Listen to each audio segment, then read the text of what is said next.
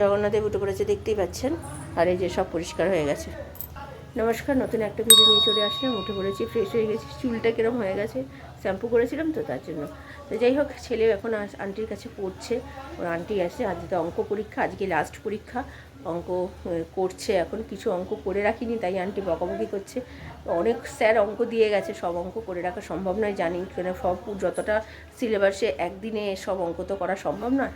কিন্তু আরেকটু করা যেতে পারতো, বুঝতেই পারছেন পড়াশোনার মানে স্যারেরা আন্টিরা না থাকলে যা হয়। তো তাও করিয়ে দিয়ে গেছে আন্টি, স্যার ততটুকু করেছে। তারপর নিজের বাড়িতে করেছে, করেনি তা না। তো তাই বলছে আরেকটু বেশি করতে পারতে। তো টাইমটা যেহেতু কম, সকালে যেহেতু ওর পুলকার গাড়ি করে যাবে, ওর পাপা নিয়ে গেলে 12টা থেকে হলে 11টার সময় বেরোলেও কোনো ব্যাপার ছিল না। কিন্তু সেটা তো হচ্ছে না, যেহেতু 10-15 মধ্যে ওকে বেরোতেই হচ্ছে, টাইমটাও সেজন্য কম পাচ্ছে। তো তার জন্য একটু, যাই হোক, একটু টাইম মানে অসুবিধা হচ্ছে। তো যাই হোক, করছে এখন। ও একটু পরেই ছেড়ে দেবে। মাসি এখনও আসেনি, মাসি আসবে। আর আমি যাবো এবার চা করব, চা খাবো। আর আমার হাজব্যান্ডও ফ্রেশ হয়ে গেছে, পাম্প চালাতে যাবে। কালকে রাত্রিবেলা বলেছিলাম, রোজ সকালবেলা জল চলে যায়, তো তাই জন্য বলেছিলাম যে আধ ঘন্টা একটু পাম্প চালিয়ে দাও, যাতে সকালবেলা অবধি জলটা থাকবে। তো তাই রয়েছে। আমি তাই হাজব্যান্ডকে তাই বলছি, রোজ রাত্রিবেলা চালিয়ে দেবে, নাহলে না প্রচণ্ড অসুবিধা হয়। ঘুম থেকে উঠে যদি জল না থাকে কলেতে, কেউ তো চালাবে না। সবার কাছে চাবি রয়েছে, কিন্তু কেউ চালাবে না, ওই আমার হাজব্যান্ডের ওপর বসে থাকবে। তো তার জন্য চালানো থাকলে সকালবেলা উঠে এই দৌড়াদৌড়িটা করতে হয় না। তো আজকে রান্নাবান্না বলতে গেলে তো ওই বললাম আলু পোস্ত করব। পোস্ত গতকাল করে রেখেছি, তো আলু পোস্ত করব। আর আমার তো রাত্রির জন্য মাংস আছে। আর দেখি আরেকটা কিছু করি, যদি পটল পোস্ত আর করবো না, থাক। আর আলু পোস্ত করি, আলু ঝিঙে পোস্ত। ঝিঙে বলতে একটাই রয়েছে, তো ওই আলু ঝিঙে পোস্ত করব, আর একটু বাটা পোস্ত দিয়ে খেয়ে নেবো। তো ঠিক আছে, চলুন এখন রান্নাঘরে যাই, রান্নাঘরে গিয়ে একটু চা করি। চা করতে চলে এসেছি, চিনি আর আদা দিয়ে দিয়েছি। ছেলেকে তো সকালে দুধ দিয়ে বিস্কুট সব দিয়ে দিয়েছিলাম। তো আর এখানে নতুন করে দুধ জাল দিতে দিয়ে দিয়েছি। আর এখন বাজে হচ্ছে 9টা বাজতে 10 মিনিট বাকি। আমার হাজব্যান্ড গেছে ছেলের পাউরুটি আনতে। ওই একটু মিষ্টি যে পাউরুটিগুলো আছে না, মানে বান পাউরুটি না, ভেতরে ক্রিম দেওয়া, যেটাও আমার ছেলে পছন্দ করে, মানে ওইটা এনে দাও, তাহলে ওইটা খেয়েই চলে যাবে। পাউরুটি খাবে, তাহলে ওটা খেলেও একই ব্যাপার। কারণ কি আমাদের মাখন নেই, মাখনটা শেষ হয়ে গেছে, তো মাখন ছাড়া এমনিতেও পাউরুটি খাবে না, তাই। চা পাতা দিয়ে দিয়েছি, মোটামুটি ফুটেও গেছে। তো চলুন এবার চাটা ঢেলে ফেলি। এই যে আমার চা রেডি। আর এইদিকে দুধ জালটা দেওয়া হোক, চলুন আমি এই পাউরুটি খাওয়াচ্ছি। ছেলে তৈরি হয়ে গেছে, আজকে একটু দেরি হয়ে গেছে, 9:45 বাজে। তো চলুন আগে খাইয়ে নিই। তৈরি আছে তো, পারবে তো? চলুন আগে খাইয়ে নিই, তারপরে আজকে ওই একাই চলে যাচ্ছে, ওর বাবা গেছে ওইদিকে। দেখে গো দেবে, হ্যাঁ পরীক্ষা একদম কিছু করবে না, একদম ঘাবড়াবে না, সব জানা আসবে, সব কিছু পারবে তুমি। চলে যাও। আচ্ছা তো ও চলে আসছে, চলে ওই যে যাচ্ছে। টাটা। আজকে লাস্ট পরীক্ষা, অঙ্ক পরীক্ষা। জানি না কী দেবে, তৈরি তো আছে, এবার জানা না কী পরীক্ষা ভেতরে দেবে না দেবে। আজকে একটু দেরি হয়ে গেছে, মাসি দেরি করে এসছে, বাথরুমে গিয়ে জামা কাপড় কাচতে আমার ছেলের স্নান করতে দেরি হয়ে গেছে। তো বিকেলবেলা মাসিকে আজকে তাড়াতাড়ি করে আসতে বললাম, 6:30টার সময় ওর আন্টি আসবে, সেই জন্য যেন পায়ে হয়, আমি সেই জন্য বললাম তাড়াতাড়ি করে আসতে। হ্যাঁ, আমি বেরোবো, মিথ্যা কথা বলতে হলো, কী বলবো আর, সত্যি কথা বললে তো আসবে না। তাই বললাম যে আমি বেরোবো, আমি 5:30টার সময়, তুমি 5টার সময় এসে কাজ করে দিয়ে যাবে। বলে না, আমি 4টের সময় আসবো। বললাম ঠিক আছে, 4টের সময় আসো। আর কি বলবো বলে, ঠিক আছে চলে যাচ্ছে।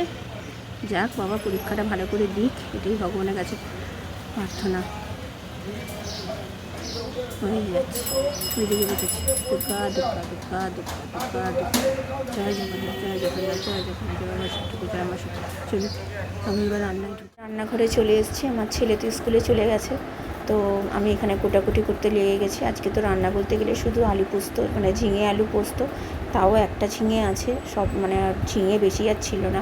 আমার হাজব্যান্ড খুব পছন্দ করে ঝিঙে আলু পোস্ত, তো তাই আমাদের না হলেও চলবে, তাই আমার হাজব্যান্ডের জন্যই ঝিঙেটা বিশেষ করে দেওয়া। তো ঝিঙে একটা যা ছিল সেটাই দিয়েছি, তো সেটা দিয়েই করেছি। আমার হাজব্যান্ডকে বেশি করে ঝিঙেটা দিয়েছি, আর আমরা ঝিঙেটা নিইনি। তো এই যে দেখাচ্ছি আপনাদেরকে যে কাটছি, আমি এই প্রথমবার এরকমভাবে ট্রাই করছি, কখনো আমি করিনি এর আগে, যে ভিডিও যতবার করেছি দেখেছেন এতদিন আমি কখনো কাটাকুটি দেখাইনি। তো চেষ্টা করলাম করার, যতটুকু পেরেছি চেষ্টা করেছি। আর ওইদিকে ভাতও বসিয়ে দিয়েছি, কারণ কি একদিকে ভাত করে রান্না করতে না অসুবিধা হয়ে যায় উপর দিতে, তাই মোটামুটি কোটাকুটি কমপ্লিট। এই যে কোটাকুটি সব হয়ে গিয়ে তেল বসিয়ে দিয়েছি। এখানে আজকে তো শুধু আলু পোস্তই করবো আর বাটা পোস্ত, এখানে পোস্ত আছে, আর কাল সেদিনকার মতো তরমুজের জুস করব, তাই ভিজিয়ে রেখেছি। তো চলুন আমি রান্নাটা বসিয়ে দিই কালো জিরে ফোড়ন দিয়ে। কালো জিরে ফোড়ন দিয়ে দিয়েছি, এবার এটা একটু ভালো করে হয়ে যাক। আলুগুলোকে ভালো করে ভাজি। আমি তো অনেকবারই আপনাদের সাথে শেয়ার করেছি, আবার করছি। হলুদ দেবো, নুন দেবো আর কাঁচা লঙ্কা দিয়ে করছি। লাল লাল করে আলুগুলো ভেজে নুন আর হলুদ দিয়ে দিয়েছি। এবার ভালো করে এটা করে, এখনও মিষ্টি দিইনি, আর একটু ভাজা হোক তারপরে মিষ্টি দেবো। মিষ্টি দিয়ে দিয়েছি। এবার এটা ভালো করে এবার নাড়বো, নেড়ে এবার সামান্য জল দিয়ে দিয়ে দেবো বলে পোস্ত দিয়ে দিয়েছি। এবার এটাকে ভালো করে নাড়ি, একটু জল রেখেছি, শুকিয়ে যাবে, একটু শুকিয়ে নেবো জলটা, তো তারপর নামিয়ে ফেলবো। আর এটা হচ্ছে কাঁচা পোস্ত আমাদের খাওয়ার জন্য। আমার হাজব্যান্ডের জন্য একটু ঝোল ঝোল তুলে রাখলাম, আর আমাদেরটা আরেকটু শুকাবো। আমি একটু শুকনো শুকনো খেতে ভালোবাসি, তাই করছি। এই যে এটা আমার আর আমার ছেলের, আর এটা কালকের জন্য তুলে রাখলাম। এটা আমার হাজব্যান্ডের, আর এটা হচ্ছে পোস্ত বাটা। তো এই জুসটাই বানাচ্ছি তরমুজ দিয়ে, যেটা বানিয়েছিলাম। তো চলুন এটা ঢাকা দিয়ে আগে বানিয়ে ফেলি।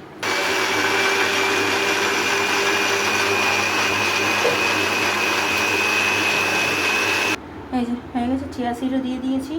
এই যে চিয়া সিডগুলো আমার হাজব্যান্ড বলছে খাবে না, তো বানালাম, চাকি ঠিক আছে থাক।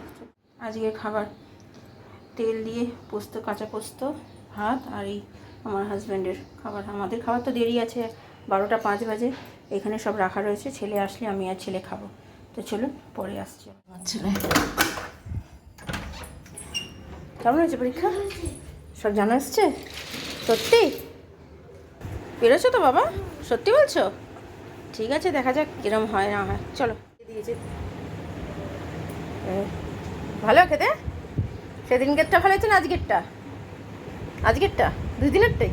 আচ্ছা, নতুন চাদর চলে এসছে পয়লা বৈশাখের। এই চাদরটা কিনেছি ঘরের জন্য, বেশ ভালোই লাগছে। এই যে চাদরটা এরকম দেখতে, সাদা কালার চাদরের ওপর আমাদের এখন খুব হয়েছে, বেশিরভাগ ক্ষেত্রে সাদা কালারই কিনি। তো ঠিক আছে চলুন পরে আসছি। ছেলেকে খেতে দিতে চলে আসলাম, ছেলেকে খাইয়ে দিয়ে আমি খাবো। তো চলুন এই যে কাঁচা পোস্ত দিয়ে আগে খাওয়াবো, তারপর এটা তো রাত্রিরের জন্য, আর এটা হচ্ছে এবেলার জন্য আমার আর আমার ছেলের। তো অতটা মনে হয় লাগবে না, কারণ আমি কাঁচা পোস্ত দিয়ে বেশি খাবো।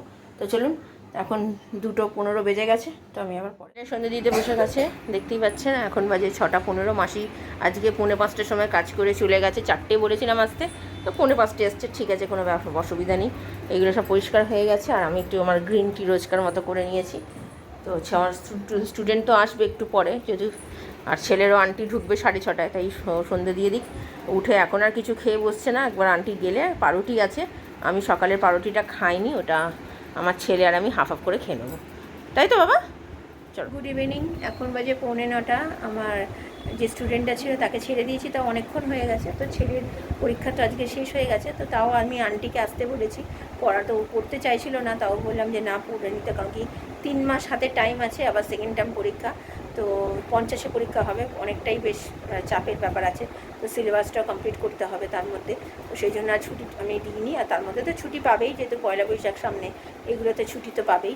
তো যাই হোক, আপাতত রাত্রিরের খাবার তো আজকে মাংস দিয়ে খাওয়ার কথা ছিল, তো মাংসটা আমি বললাম, আর তো কালকে যেহেতু দুবেলা মাংস খাওয়া হয়েছে, আজকে আর মাংসটা ধরতেই হবে না। আমি পোস্ত করেছি, আলু পোস্ত দিয়ে বরঞ্চ রুটিটা খাও, কালকে সকালে বরঞ্চ মাংসটা ভাত দিয়ে খাওয়া হবে। এই হচ্ছে ব্যাপার। তো ছেলে এখন, আন্টি চলে এসছে, পড়ছে, ছেড়ে দেবে একটু পরে। তো আজকে ছেলে ভেবেছিল পড়বে না, তো একটু খেলাধুলা দেখবে, মানে খেলা আছে, তো সেটা দেখবে। কিন্তু আমি বললাম যে না, আগে পড়াশোনাটা দরকার, তাই পড়াশোনা করে। তো তাই পড়ছে, এখনও পর্যন্ত পড়ছে, তাই একটু রাগ হয়েছে। তো ঠিক আছে চলুন, আমি আবার পরে রাত্রিরে আসছি। রাত্রিরের খাবার আলু পোস্ত আর রুটি।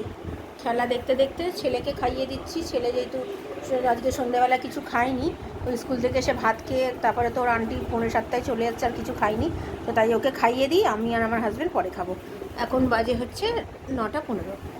তো ঠিক আছে, চলুন পরে আসছি। রাত্রিরে খাওয়া দাওয়া হয়ে গেছে অনেকক্ষণ, তাও 11টা 10-15 একটু দেরি করেই খাওয়া হয়েছে আজকে। তো যেহেতু আমার হাজব্যান্ড দেরি করে এসছে, আর ছেলেকে তো আগে খাইয়ে দিয়েছিলাম। তখন কটা বাজে, 9:15-20 নাগাদ ওকে খাইয়ে দিয়েছি। তখন আমার হাজব্যান্ড আসেনি, যদিও আর কেকেআরের খেলা দেখছিলাম। তো কেকেআর তো আজকে জিতে গেছে, খুব ভালোভাবেই জিতেছে। তো এখন মনে হয় 3 নম্বরে চলে গেছে, তাই না রে বাবা? 3 নম্বরে গেছে। তো খুব ভালো লাগছে, যখন কতদিন সেখানে থাকে সেই পজিশনে, সেটাই হচ্ছে ব্যাপার। আবার যদি হারতে থাকে তো হয়ে গেল, তো জানি না কী হবে। তো পোস্তটা আজকে রাত্রিরে এত ভালো খেয়েছি, মানে দুপুরবেলাও খেয়েছি, কিন্তু কাঁচা পোস্তর পরে আর ওইটার ভালো লাগছিল না। কাঁচা পোস্তর একটা আলাদা স্বাদ থাকে, কিন্তু এখন রুটি দিয়ে খেয়েছি না, এত ভালো হয়েছে, সব কিছু পারফেক্ট হয়েছে। নিজে রান্না করে নিজের প্রশংসা করছি, সত্যি এত ভালো হয়েছে। তো যাই হোক, কালকে ছেলে বলছিল যদি একটু থাকতো তাহলে ও খেতো, কিন্তু আমাদের রাত্রিবেলা তাহলে কম পড়ে যেত, সেই জন্য আর রাখতে পারিনি। তো ঠিক আছে, চলুন ভিডিওটা তাহলে আর বড় করছি না। ভালো লাগলে লাইক শেয়ার সাবস্ক্রাইব করবেন। কালকে নতুন একটা ভিডিও নিয়ে চলে আসবো। আপনারা ভালো থাকবেন, সুস্থ থাকবেন।